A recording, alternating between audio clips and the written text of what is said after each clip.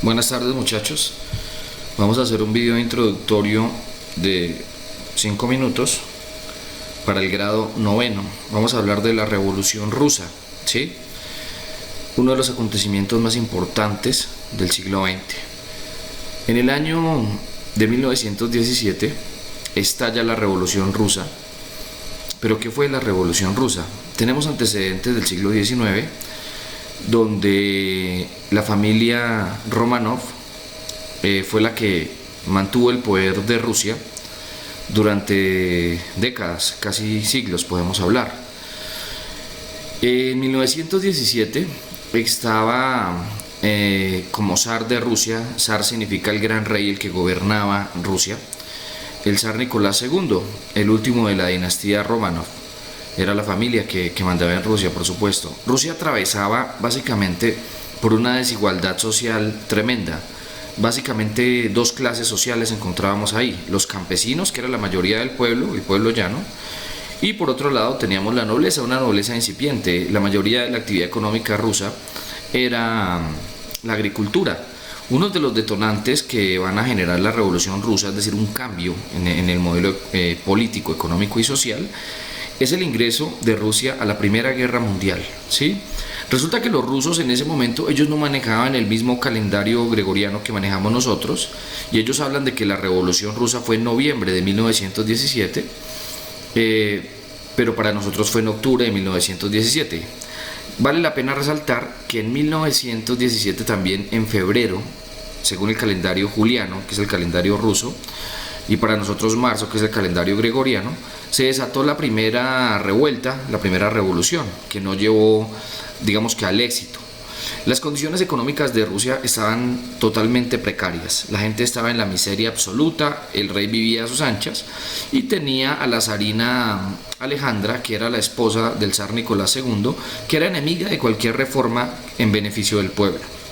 Esto va a desatar que los campesinos se levanten contra el imperio del zar, derrotándolo en noviembre de 1917 y llevando al poder a un señor que se llamaba Alejandro Kerensky, que él pretendía implantar un modelo democrático para gobernar. Apenas sube Alejandro Kerensky porque digamos que la revuelta llevó al zar Nicolás II a renunciar al poder. Quiere implementar un modelo democrático y pasa un tiempo, digamos que unos meses, y no va a llegar a hacer reformas. Se mantiene un poco la paz en Rusia mientras está Alejandro Kerensky en el poder, pero permite la libertad de expresión y el ingreso de los exiliados políticos. Entre ellos estaba Vladimir Ilich Ulyanov, que lo conocemos como Lenin. Lenin lideraba el partido bolchevique, ¿sí? Un partido obrero, un partido de los soviets, y llega con la consigna de recuperar el poder y decirle a Alejandro Kerensky que no había cumplido con las reformas agrarias necesarias para mejorar las condiciones sociales y económicas de la mayoría de la población rusa. Y entonces llega al poder Lenin, enfrentando al ejército de Alejandro Kerensky, que era el ejército blanco, contra el ejército rojo de los soviets. ¿Cuál era la bandera de Lenin en el proceso de revolución? Él decía todo el poder a los soviets. ¿Pero quiénes eran los soviets? Los soviets eran los obreros. Eran unos consejos, unas asambleas de obreros que tomaban decisiones, y el objetivo era llegar al poder. Ellos defendían la bandera que plantea Carlos Marx en el comunismo, donde plantea que la dictadura del proletariado, es decir, que el proletariado tenga el poder, ¿sí? Y va a llevar esto, entonces, esta frase legendaria de Lenin: todo el poder a los soviets. Para el año de 1922, Lenin logra llegar al poder y derrotar al ejército blanco.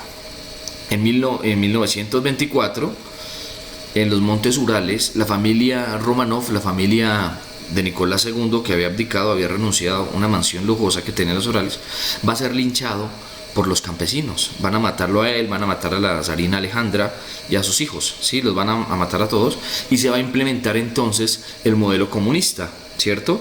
Donde los obreros, los soviets, eran los que tenían el poder sobre todas las decisiones que se tomaran, a partir del consenso, por supuesto, que de alguna manera digamos que la relación de poder con el pueblo llano era un poder vertical, ¿sí? La verticalidad primaba, ¿en qué sentido? En que lo que decían los soviets era lo que se hacía, ¿sí? Aunque la mayoría de las decisiones llevaban al beneficio del pueblo.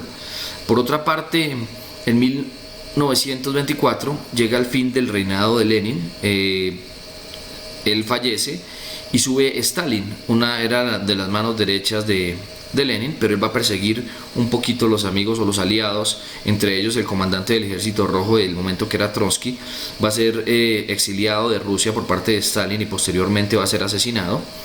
Y Stalin va a llegar a Rusia, digamos que en ese momento no se va a llamar Rusia, sino se va a llamar la Unión de Repúblicas Socialistas Soviéticas, y va a llevar a Rusia como una potencia industrial, una potencia tecnológica y una potencia militar, ¿sí? Entonces ahí es donde se va a cumplir el sueño, digamos, del socialismo, y se va a demostrar que las condiciones y la distribución de los recursos para las mayorías sí es posible, y esto lo van a llevar ellos a la práctica. Van a leer la guía, ¿cierto? Van a documentarse ustedes un poquito más, pero básicamente esto es lo que va a generar la Revolución Rusa. Espero que les guste y que entiendan el video, muchachos. Que estén muy bien.